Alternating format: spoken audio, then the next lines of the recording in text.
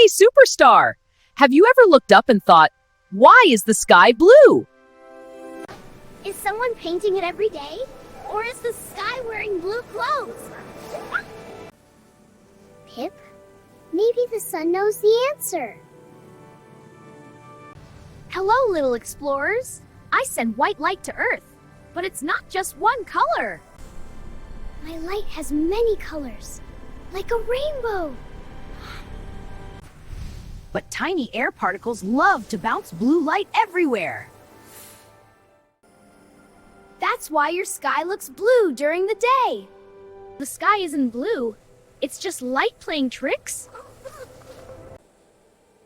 At sunset, blue light disappears, and we see red and orange. So remember, sunlight has many colors, air scatters blue most, and that makes the sky blue. Quick question, what's your favorite sky color? Blue or sunset orange?